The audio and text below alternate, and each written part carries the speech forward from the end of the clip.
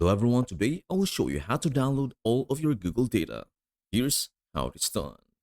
Open your browser and go to google.com/account/about.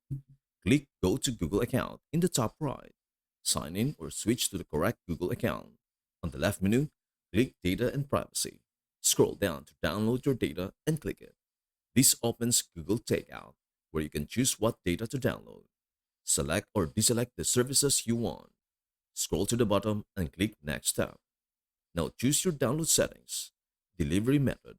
Leave it as send download link via email. Frequency. Select export once. File type. Choose zip. File size. Choose 2 gigabytes or a larger size if needed. Click Create Export. Google will start preparing your data. This can take a few hours or longer, depending on how much data you have. Once it is ready, you'll get an email with a download link. And that is everything you need to know about how to download all your Google data. Before we end, may I humbly ask you a favor? Please do like, share, and subscribe to our channel. This means the world to us. Thank you so much for watching. We hope to see you in our next video.